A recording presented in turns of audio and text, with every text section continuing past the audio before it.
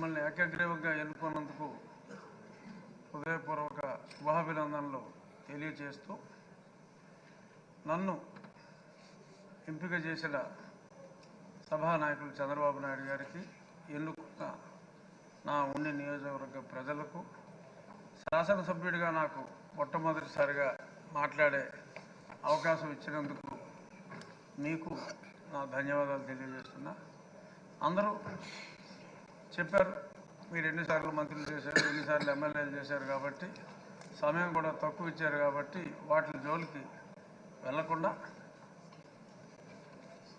ఎన్నో దశాబ్దాలుగా నేను మీకు చిరపరిచితుడిని అయినప్పటికీ సభలో చెప్పుకోవాల్సిన అంశాలు కొందరే ఆ పేరుకి సార్థకత తీసుకొస్తారు.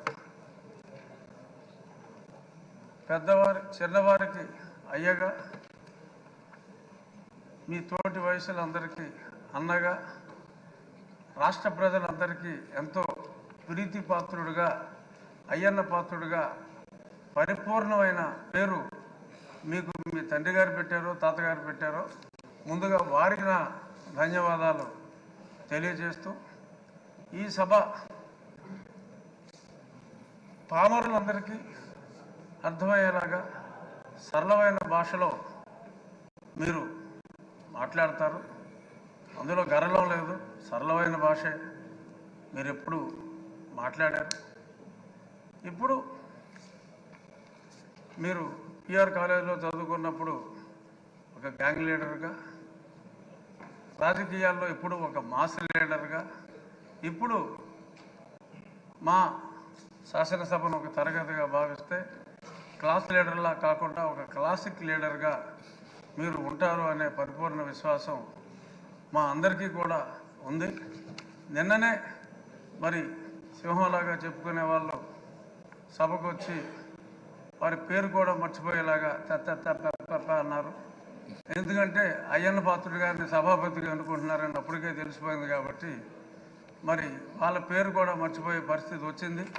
అంచేత వాళ్ళు ఎప్పట్లాగా అలాగే ఆ సీట్లన్నీ ఖాళీగా ఉంటాయేమో, మరి ప్రతిపక్ష పాత్ర పోషించాలి అంటే మరి పాలకపక్షంలోనే అందరికీ కూడా మీరు మాట్లాడే అవకాశం, కేవలం పొగడ్తలకే పరిమితం కాకుండా, మంత్రులకే అవకాశం కాకుండా, మాలాంటి శాసనసభ్యులందరికీ కూడా మీరు తప్పకుండా అవకాశం ఇవ్వాలి. సోదరుడు మనోహర్ గారు చెప్పినట్టు మాజీ స్పీకర్ గారు అందరికీ కూడా డిబేట్లో మాట్లాడి, ఒక శాసనసభ్యుడికి శాసనసభలో గౌరవం ఉన్నప్పుడే వారి అసెంబ్లీ స్థానాల్లో కూడా వారికి గౌరవం ఉంటుంది.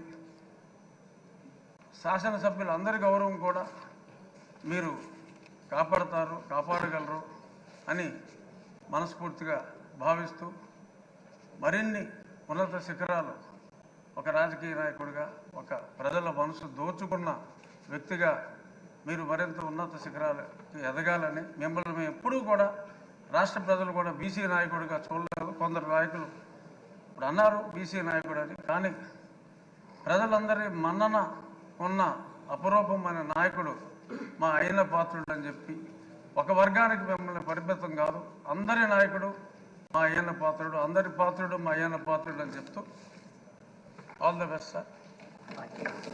ఆంజనేయులు గారు ప్లీజ్ కొంచెం సమయం పాటించండి.